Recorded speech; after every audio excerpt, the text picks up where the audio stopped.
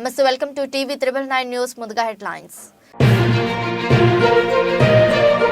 ఆసక్తికరంగా అమెరికా అధ్యక్ష ఎన్నికలు. మాజీ దేశాధ్యక్షుడు డొనాల్డ్ ట్రంప్ కు పోటీగా బరిలో నిలవనున్న మిషెల్ ఒబామా.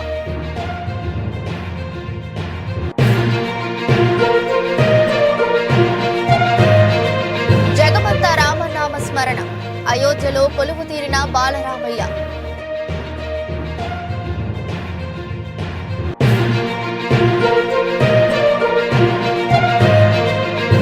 భద్రతా వలయంలో అయోధ్య మోహరించిన స్నీపర్స్ యాంటీ బాంబ్ స్క్వాడ్.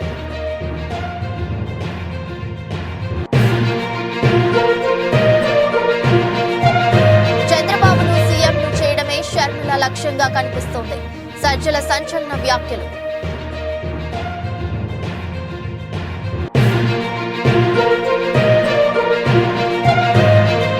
లోక్సభ బరిలో దిగుతున్న బర్రెలక్క. నాగర్ కర్నూలు స్థానం నుండి పోటీ చేస్తానని వెల్లడించిన కర్ణి శిరీష.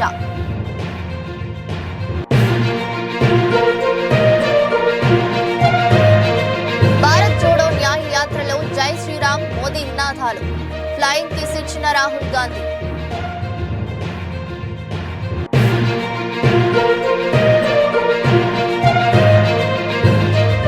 ఉప్పల్లో తొలి టెస్టు. హైదరాబాద్ చేరుకున్న ఇంగ్లాండ్.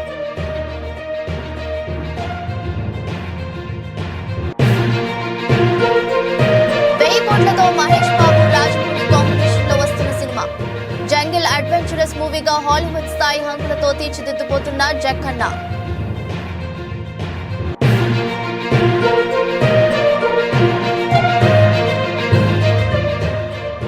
పరీక్షల దశలో BMW EV బైక్ టెస్ట్. త్వరలోనే భారత్ లో రిలీజ్ చేయనున్న సంస్థ. ఈ ఏడాది జరగనున్న అమెరికా అధ్యక్ష ఎన్నికల్లో మాజీ దేశాధ్యక్షుడు డొనాల్డ్ ట్రంప్ కు పోటీగా మాజీ దేశ మొదటి మహిళ మిషెల్ ఒబామా బరిలోకి దిగనున్నారంటే అవుననే అంటున్నాయి ఆ దేశ మీడియా నివేదికలు.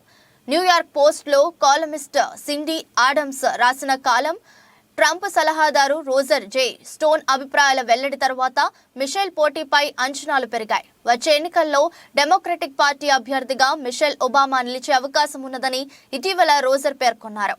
తన అధ్యక్ష పదవికి పోటీ చేస్తున్నానని, తమ సహకారం కావాలని మిషెల్ ఒబామా 2020లో ప్రముఖ సీఈఓలను కోరినట్టు ఆడమ్స్ తన వ్యాసంలో వెల్లడించారు. బైడెన్ తప్పుకునేలా పరోక్షంగా ఆమె ఇలా ఒత్తిడి తెచ్చినట్టు పేర్కొన్నారు. రాజకీయ వ్యాఖ్యాత మెగిన్ కెల్లే కూడా మిషెల్ రాజకీయ రంగ ప్రవేశం జరగొచ్చని చెప్పారు.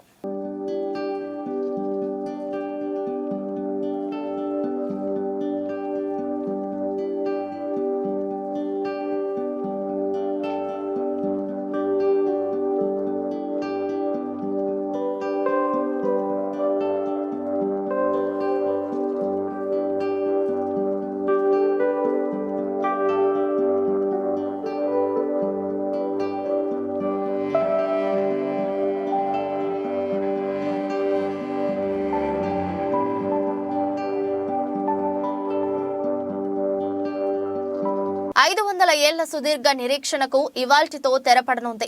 వేల మంది ప్రత్యక్ష, కోట్ల మంది పరోక్ష వీక్షణ మధ్య అభిజిల్లగ్నంలో ప్రధాని నరేంద్ర మోదీ అయోధ్య ఆలయంలో శ్రీరాముడి విగ్రహాన్ని ప్రతిష్ఠించారు.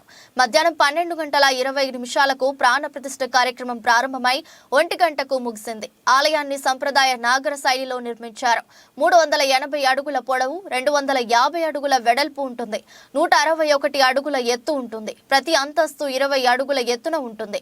ఈ ఆలయ నిర్మాణంలో 392 స్తంభాలు, 44 గేట్లు ఉన్నాయి. రామ మందిరంలో ప్రతిష్ఠించనున్న విగ్రహం ఎత్తు 51 అంగుళాలు. అయోధ్యలో రాముడి విగ్రహాన్ని ప్రతిష్ఠించిన సందర్భంగా రామ మందిరాన్ని రంగురంగుల విద్యుత్ దీపాలతో అలంకరించారు. పూలతో స్వర్వాంగ సుందరంగా తీర్చిదిద్దారు. అయోధ్య నగరం మొత్తం ఆధ్యాత్మిక శోభతో కలకలలాడుతోంది. రామ్ లల్లా విగ్రహ ప్రతిష్టాపన సందర్భంగా దేశవ్యాప్తంగా రామనామ స్మరణతో మారుమ్రోగుతుంది. అయోధ్య నగరం మొత్తం వేల క్వింటాళ్ల పూలతో అలంకరించారు. రామాలయాన్ని 3000 కిలోల పూలతో అలంకరించారు. అయోధ్య ధామ్లోని ప్రతి ప్రదేశం దేదీప్యమానంగా ఉంటుంది. అయోధ్యకు వెళ్లే వివిధ రహదారులను కూడా పువ్వులు, దీపాలతో అలంకరించారు. దేశంలోని వందలాది దేవాలయాల్లో రామచరిత్ మానస్ పారాయణం జరుగుతుంది. ప్రాణ ప్రతిష్ఠ కార్యక్రమాన్ని మంగళ ధ్వని మధ్య నిర్వహిస్తున్నామని రామ జన్మభూమి తీర్థక్షేత్ర ట్రస్ట్ తెలిపింది. దేశంలోని వివిధ రాష్ట్రాల్లో ప్రఖ్యాతగాంచిన 50 సంగీత వాయిద్యాలకు ఒకే వేదికపై చోటు కల్పించినట్లు ట్రస్ట్ తెలిపింది. మొత్తం 2 గంటల పాటు మంగళ ధ్వని కార్యక్రమం ఉంటుంది. రామ మందిర ప్రారంభోత్సవానికి 7,000 మంది అతిథులను ఆహ్వానించారు. వారిలో 506 మంది అత్యంత ప్రముఖులు ఉన్నారు. ఈ ఆధ్యాత్మిక కార్యక్రమంలో సినీ, వ్యాపార, క్రీడా ప్రముఖులు పాల్గొన్నారు. वो जलाकार ब्रह्म के रूप में अपने भक्तों को दर्शन देते हैं। अयोध्या धाम के रूप में जो कि स्वयं पर ब्रह्म का ही स्वरूप है, वो इस धरा धाम के रूप में भक्तों को दर्शन देते हैं। इसके बाद आप नित्यावतार जो संत स्वरूप माने जाते हैं, उन स्वरूप में भी भगवान लगातार अपने दर्शनों के लिए भक्तों को कृतार्थ करते रहते हैं। और अब आप देखिए कि प्राण प्रतिष्ठित भगवान श्री राम इस वक्त 51 इंच की ये जो कृष्ण की मूर्ति आपके समक्ष इस वक्त जो प्रतिष्ठित हो चुकी है, भगवान श्री राम लोकाभिरामम इस वक्त मनमोह लेते हैं। और जिस तरह से लगातार पूरे प्रांगण में अयोध्या धाम में जो कि वैकुंठ का हृदय कहा जाता है, इस वक्त सिर्फ एक ही गूंज है, रघुपति राघव राजा राम पतित पावन सीताराम। सुंदर विग्रह मेघ श्याम गंगा तुलसी शालिग्राम। इस वक्त गर्भगृह में माँ गंगा विराजमान है, तुलसी विराजमान है, शालिग्राम भगवान स्वयं जो दामोदर कुंड से आए हैं वो विराजमान है। और ये सुंदर मेघ श्याम वही भगवान श्री राम जब रघुवंश के पति होते हैं तो वो रघुपति होते हैं।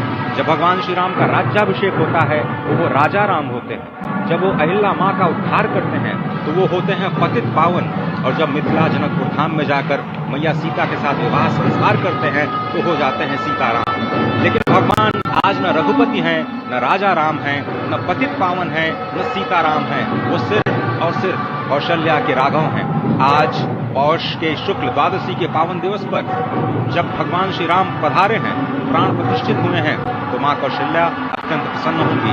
भगवान सूर्य जिनके वंश में भगवान श्री राम ने जन्म लिया, इस वक्त जो प्रत्यक्ष दर्शन दे रहे हैं, भगवान श्री सूर्य भास्कर की किरणें नवमी के दिन भगवान के मस्तक को चूमेंगी। ऐसे प्रतिष्ठा की गई है इस मंदिर की। आप समझिए कि इस वक्त भगवान शिव नृत्य कर रहे होंगे। मैं इस वक्त जो मन में मेरे भाव आ रहा है कि इस वक्त त्रिलोकी इस वक्त विह्वल नजर आ रही होगी, भावनाओं में नजर आ रही होगी। स्वर्ग लोक में इंद्र इस वक्त मृदंग का वादन कर रहे होंगे, देवता इस वक्त नृत्य कर रहे होंगे। हनुमान लला हनुमंत लाल इस वक्त नाच के श्री राम जय राम जय जय राम जो जय।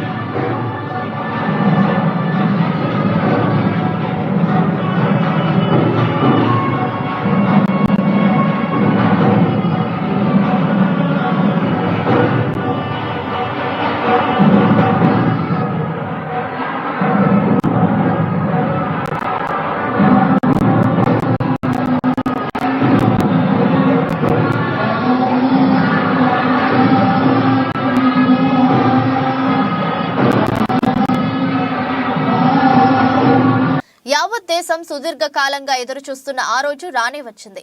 500 ఏండ్ల కల మరికొన్ని గంటల్లో సాకారం కానుంది. సోమవారం మధ్యాహ్నం చారిత్రాత్మక ఘట్టం ఆవిష్కృతం కానుంది. రాజ జన్మభూమి అయోధ్యలో బాలరాముడి విగ్రహ ప్రాణ ప్రతిష్ఠ కార్యక్రమం అంగరంగ వైభవంగా జరగనుంది. మధ్యాహ్నం 12:15 నుంచి మధ్యాహ్నం 1 గంట వరకు ఈ వేడుక జరగనుంది. ప్రధాని మోదీ చేతుల మీదుగా బాలరాముడి ప్రాణ ప్రతిష్ఠ కార్యక్రమం జరుగుతుంది. ఆలయ ప్రారంభోత్సవానికి 7,000 మంది అతిరథ మహారథులు హాజరు కానున్నారు. ఈ నేపథ్యంలో 13,000 మందితో అయోధ్యలో ప్రతిష్ఠ భద్రతను ఏర్పాటు చేశారు. ఇప్పటికే అయోధ్య నగరం భద్రతా వలయంలోకి వెళ్లిపోయింది. ఉత్తరప్రదేశ్ పోలీసులతో పాటు ఏటీఎస్ కమాండోలు, సిఆర్పీఎఫ్ దళాలు, యాంటీ డ్రోన్ జామర్లను ఏర్పాటు చేశారు. యాంటీ బాండ్ స్క్వాడ్ స్వీపర్లు మోహరించారు. నగరంలో 10,000 సీసీటీవీ కెమెరాలను ఏర్పాటు చేశారు. వీటిల్లో ఏఐ ఆధారిటీ టెక్నాలజీని వినియోగిస్తున్నారు. డ్రోనర్లతో నగరంపై ఓ కన్నేసి ఉంచారు. ఇక ధరంపత్, రాంపత్, హనుమాన్ గర్హి ప్రాంతం, అర్షర్పి భవన్ వీధుల్లో పోలీసులు పెద్ద సంఖ్యలో మోహరించారు. సరయూ నది వెంబడి ఎన్టీఆర్ఎస్ సిబ్బందితో భద్రత ఏర్పాటు చేశారు. అయోధ్యకి వెళ్లే అన్ని మార్గాల్లో ప్రత్యేక చెక్ పోస్టులను ఏర్పాటు చేశారు. ప్రతి వాహనాన్ని క్షుణ్ణంగా తనిఖీ చేసిన తర్వాతే పంపిస్తున్నారు. అయోధ్యలో పలు మార్గాల్లో ట్రాఫిక్ ఆంక్షలు విధించారు. పాసులు ఉన్న వారికి మాత్రమే ఆలయ ప్రాంగణం వద్దకు అనుమతిస్తున్నారు.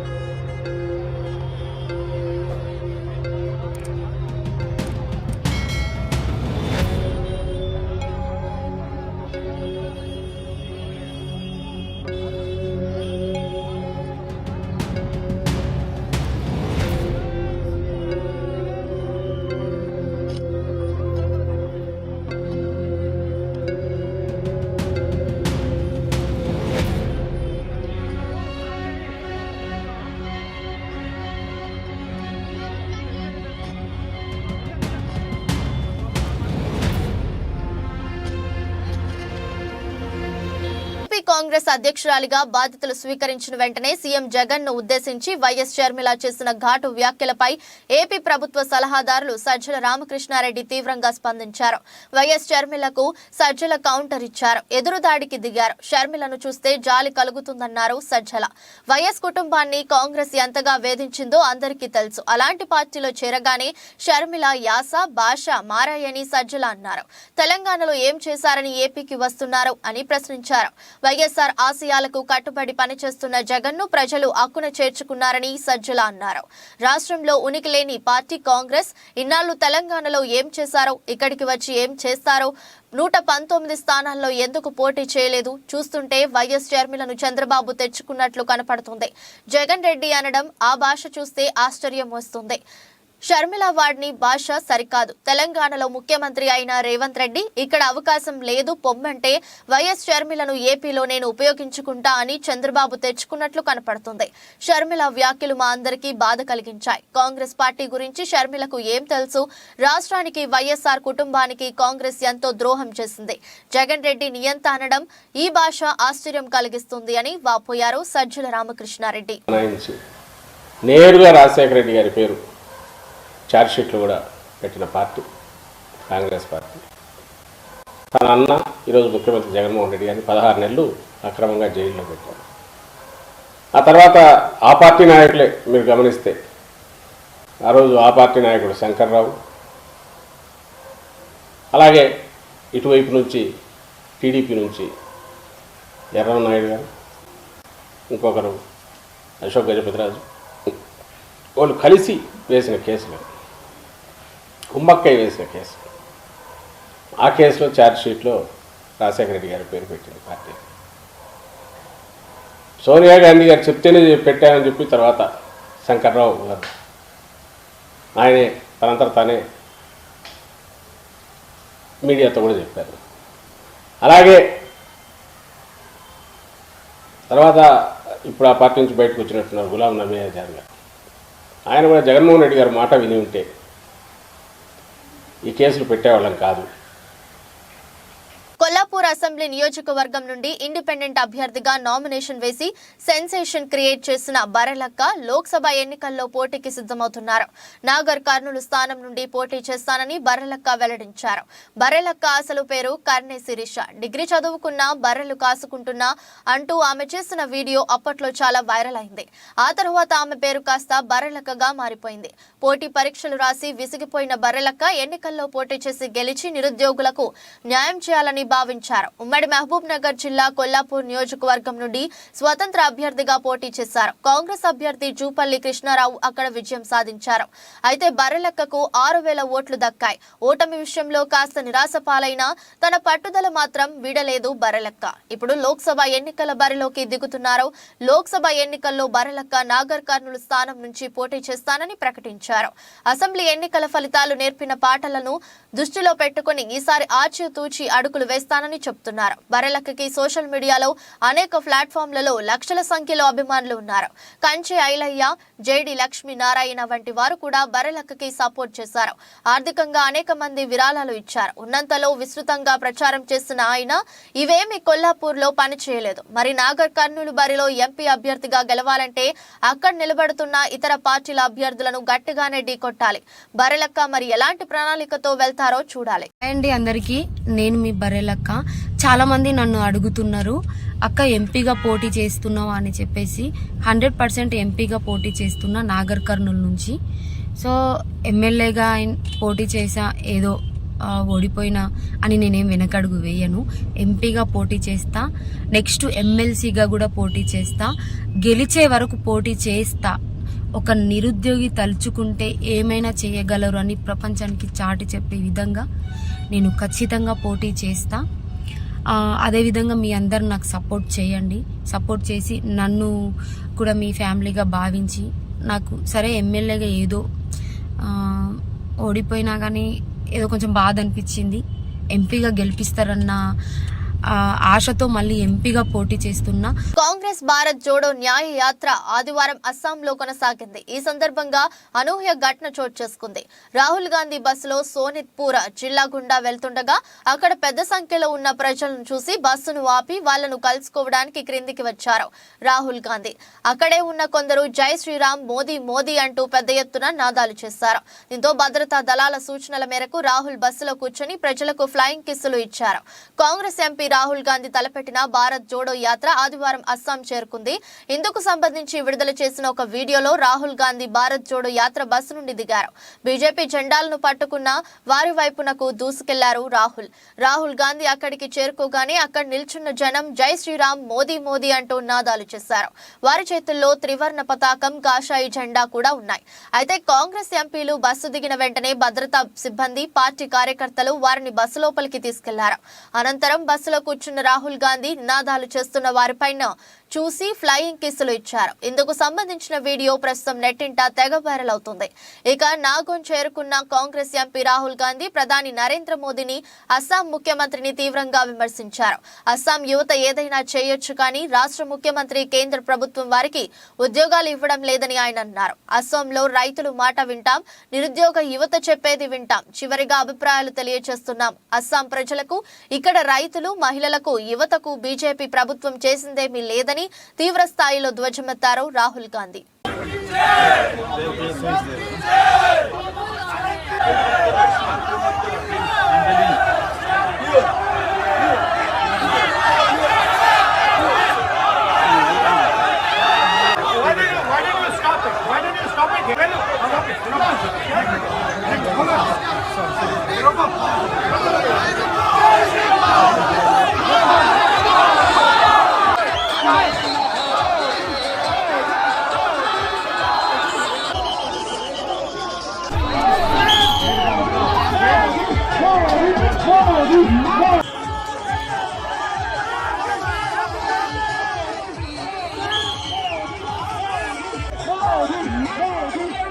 ఇంగ్లాండ్ జట్టు 5 టెస్టుల సిరీస్ కోసం భారత్ కు చేరుకుంది. తొలి టెస్టుకు వేదికైన హైదరాబాద్ బెన్ స్టోక్స్ సారథ్యంలోని ఇంగ్లీష్ జట్టు అడుగుపెట్టింది. శంషాబాద్ విమానాశ్రయంలో ఆదివారం ఫ్లైట్ దిగిన ఇంగ్లాండ్ బృందానికి అక్కడి అధికారులు పూల బొకేలతో స్వాగతం పలికారు. అనంతరం స్టోక్స్ సేన ప్రత్యేక బస్సుల్లో హోటల్కు వెళ్లింది. భారత్, ఇంగ్లాండ్ జట్ల మధ్య జనవరి 25న ఉప్పల్ స్టేడియంలో తొలి టెస్టు ప్రారంభం కానుంది. నిరుడు సొంత గడ్డపై యుషేన్ సిరీస్ 2తో డ్రా చేసుకున్న ఇంగ్లాండ్ వరల్డ్ కప్ తర్వాత వెస్టిండీస్ పర్యటనకు వెళ్లిన ఇంగ్లీష్ జట్టు అబుదాబిలో సన్నద్ధత క్యాంపులో పాల్గొంది. అక్కడి నుంచి నేరుగా స్టోక్స్ సేన భారత విమానం ఎక్కింది. 2 ఏళ్లుగా బాజ్ బాల్ ఆటోతో జోష్ మీదున్న స్టోక్స్ సేన భారత్ గడ్డపై అదే తీరుగా చెలరేగాలనే పట్టుదలతో ఉంది.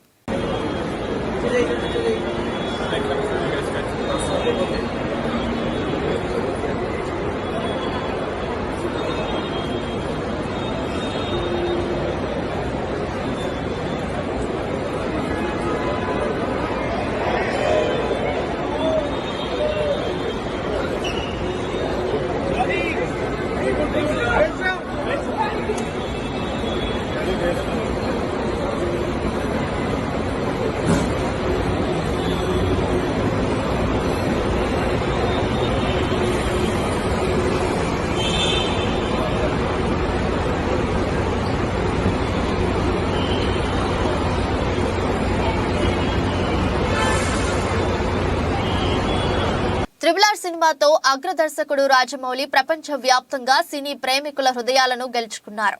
ఈ నేపథ్యంలో మహేష్ బాబుతో రాజమౌళి తెరకెక్కించబోతున్న పాన్ వరల్డ్ సినిమా విశేషాల గురించి ప్రేక్షకులు ఆసక్తిగా ఎదురుచూస్తున్నారు. మహేష్ బాబు తొలి పాన్ ఇండియా చిత్రం ఇదే కావడం ఆయన అభిమానుల్లో మరింత ఉత్సాహాన్ని నింపుతుంది.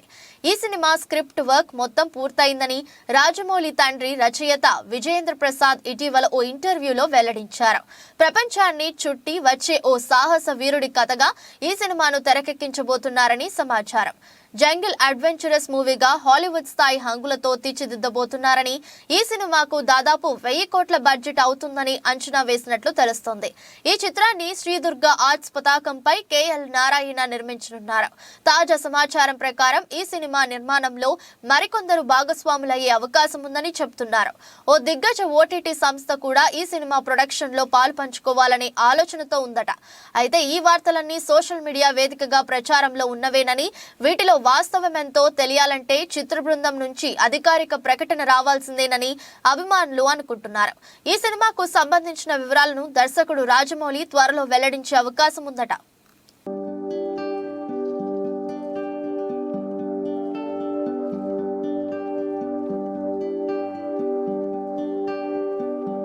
బైక్ కంపెనీలు మాత్రం ఈవీ వాహనాల రిలీజ్ విషయంలో ఆచితూచి వ్యవహరిస్తున్నాయి. ముఖ్యంగా ప్రపంచవ్యాప్తంగా BMW కంపెనీకు ఉన్న క్రేజ్ వేరు. ఈ కంపెనీ రిలీజ్ చేసే బైక్స్ పై ప్రత్యేకంగా ఆసక్తి చూపుతారు. అయితే తాజాగా BMW CE 02 గురించి ఓ వార్త హల్చల్ చేస్తుంది. BMW CE 02 ఎలక్ట్రిక్ స్కూటర్ భారతదేశంలో మరోసారి పరీక్షించారు. బెంగళూరు సమీపంలో టెస్ట్ మ్యూల్ ని కొంత ఔత్సాహికులు స్పాట్ చేశారు. ప్రపంచ వ్యాప్తంగా ఈవీ వాహనాల క్రేజ్ బాగా పెరిగింది.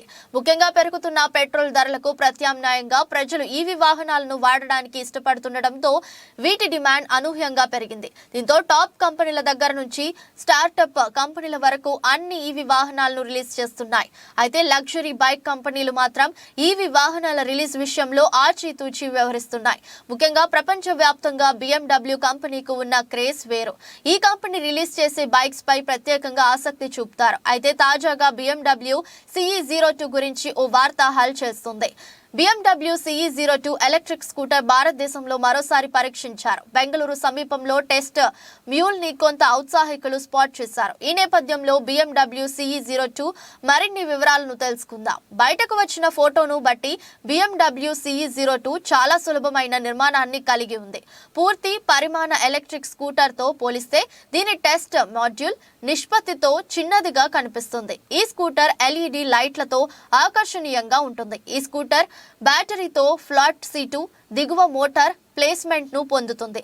CE 02 LED lighting, reverse gear, keyless operation, USB charging port, 3.5 అంగుళాల TFT స్క్రీన్, ABS వంటి ఫీచర్లను BMW అందిస్తుంది. BMW CE 02 2 kWh బ్యాటరీతో పవర్ పొందుతుంది. ఈ స్కూటర్ సింగిల్ లేదా డ్యూయల్ బ్యాటరీ సెటప్ తో వస్తుంది. ఈ స్కూటర్ 90 కిలోమీటర్ల పరిధిని అందిస్తుందని మార్కెట్ నిపుణులు అంచనా వేస్తున్నారు.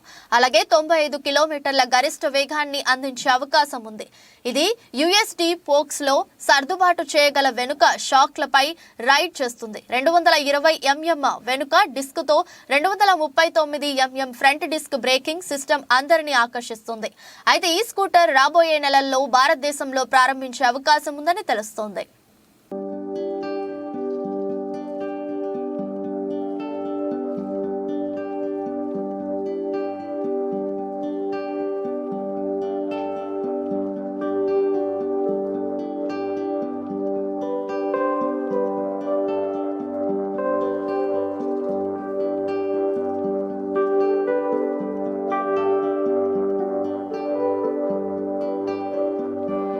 వార్తలు ముగించే ముందు మరోసారి హెడ్లైన్స్.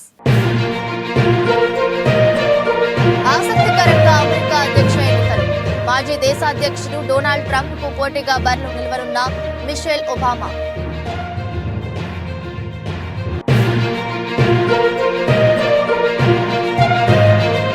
జగమంత రామనామ స్మరణ. అయోధ్యలో కొలువు తీరిన బాలరామయ్య.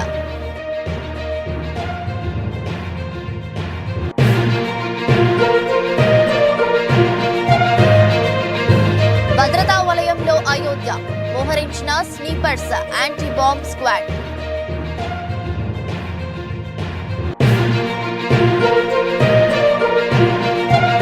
చంద్రబాబును సీఎంను చేయడమే షర్మిల లక్ష్యంగా కనిపిస్తోంది. సజ్జల సంచలన వ్యాఖ్యలు.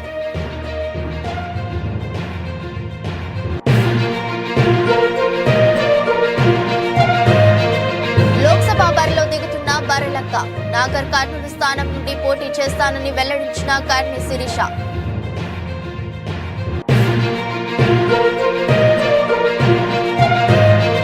భారత్ పాఠాలు. ఫ్లయింగ్ కిస్ ఇచ్చిన రాహుల్ గాంధీ.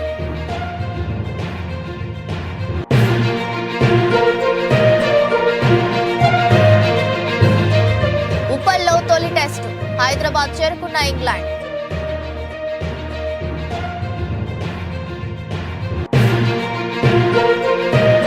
కోట్లతో మహేష్ బాబు రాజమౌళి కాంబినేషన్ లో వస్తున్న సినిమా. జంగిల్ అడ్వెంచరస్ మూవీగా హాలీవుడ్ స్థాయి హంగులతో తీర్చిదిద్దుపోతున్న జక్కన్న.